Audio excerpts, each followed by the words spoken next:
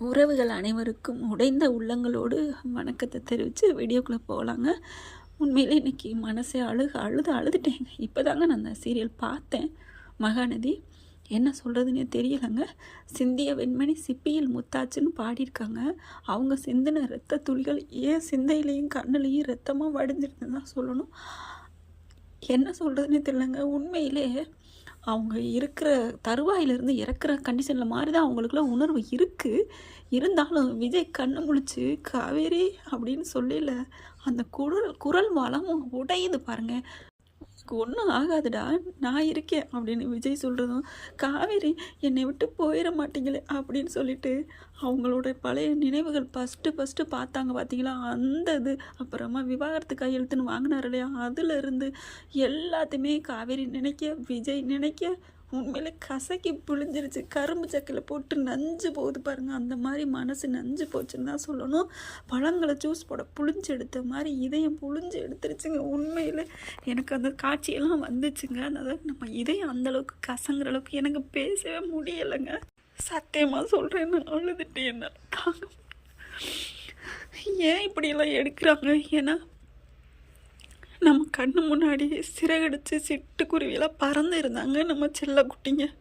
விஜய் காவேரி நான் பொண்ணுக்கு பொண்ணு தான் அவ்வளோ லவ் பண்ணுவேங்க. உண்மையில் அவங்களோட பேசுகிறது, திறமை, பேச்சு, ஆற்றல் எல்லாத்தையும் அடித்து நொறுக்கி இந்த பசுபதிக்கிட்ட அவங்க என்ன பண்ணாங்க? ஒருத்தவங்க அடித்தா திரும்பி அழுவாங்க, வலிச்சா அழுவாங்க.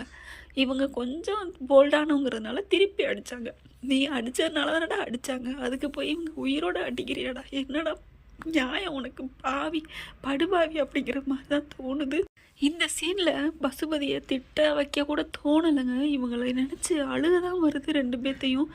அந்த கையும் பிடிச்சிக்கிட்டு அது ஒரு மாதிரியான உணர்வுன்னு சொல்லணுங்க. அழுக என்ன சொல்கிறதுன்னு தெரியல. விஜய் அப்படியே காவேரின்னு அழுகிறதும், என்னை விட்டு போயிடாதீங்க, அந்த கையை எனக்கே இந்த மியூசிக்கு பாட்டு இன்று நேற்று நாளைன்னு உசுரை அதை விட டச் ஆக்கிடுச்சுங்க. என்ன சொல்கிறதுனே புரியல. ஏங்கடா டைரக்டரு, ஏன் மண் மாதிரி மந்தமாக போயிட்டுருக்கு காட்சிகள் அப்படிங்கிறக்காண்டி இப்படியா? உயிர் ஓவியமாக இருந்தாங்கப்பா, உணர்வோடையும் எங்கள் வீட்டோடையும் செல்ல குட்டிங்களாம் எல்லாரோட மனசுலையும், வீக்கா ஃபேன்ஸ் எல்லார் மனசுலையும் அப்படி இருந்தவங்கள இப்படி ஒடிச்சு நொறுக்கி போட்டிங்களாடா பாவிங்களா அப்படின்னு தான் தோணுது. ஆனாலும் ஒரு ஆறுதல் என்ன தெரியுமா, இவங்க ரெண்டு பேரும் கண் மூடிக்கிட்டு இருக்க வேலையிலையும், அதாவது மாவீரன் படத்தில் சொல்லுவாங்க இல்லையா, கண்மூடும் வேலையிலும் என் காதல் கனவே பார்த்திபான்னு அப்படியே குதிப்பார் பாருங்க. அந்த மாதிரி கை விலகையில் கூட அப்படியே துடிக்கிறாரு காவேரி அப்படின்னு சொல்லிட்டு. அந்த நிமிஷம் ஆஸ்பத்திரிக்கு இவங்க கொண்டு போய் நிப்பாட்டுறாங்க. நமக்காக 2 சீன் அவங்க பேசணுமா, நம்ம வீக்கா ஃபேன்ஸுக்கு ஆறுதல் கொடுக்குற மாதிரி அந்த இதெல்லாம் ஃபார்மாலிட்டிக்கெலாம் எழுதுவாங்க இல்லையா, அதை எழுதுகிற வரைக்கும் இவங்க 2 பேரையும் பக்கத்தில் வச்சுருக்காங்க. அதுக்குள்ளே தான் நமக்குள்ளே தூங்கிக்கிட்டு இருக்கிறத கொஞ்சம் எழுப்பி விட்டுட்டாங்கன்னு தான் சொல்லணும். அந்த காதல் வசனங்கள் பேசுனது, கண்மூடையில் கூட அவங்க அப்படி அந்த உடல்நிலை சரியில்லாத நேரத்தில் கூட அவங்க 2 பேரும் காதலை பரிமாறிக்கிறாங்க பார்த்தீங்களா. அன்பு, அந்த புரிதல், என்ன சொல்கிறதுங்க. அங்கே நிற்கிறாரு டைரக்டர்னு சொல்கிறதா இல்லை என்ன சொல்கிறது இல்லை, 2 பேரும் வாழ்ந்துட்டுருக்காங்க அப்படியே. இதுக்கு மேலே கதை சொல்கிறதுக்கு ஒன்றும் முடியலை. வேறு சொல்கிறதுக்கு சாரதா வந்துட்டாங்க, நிவின், யமுனா எல்லாருமே அழுகிறாங்க.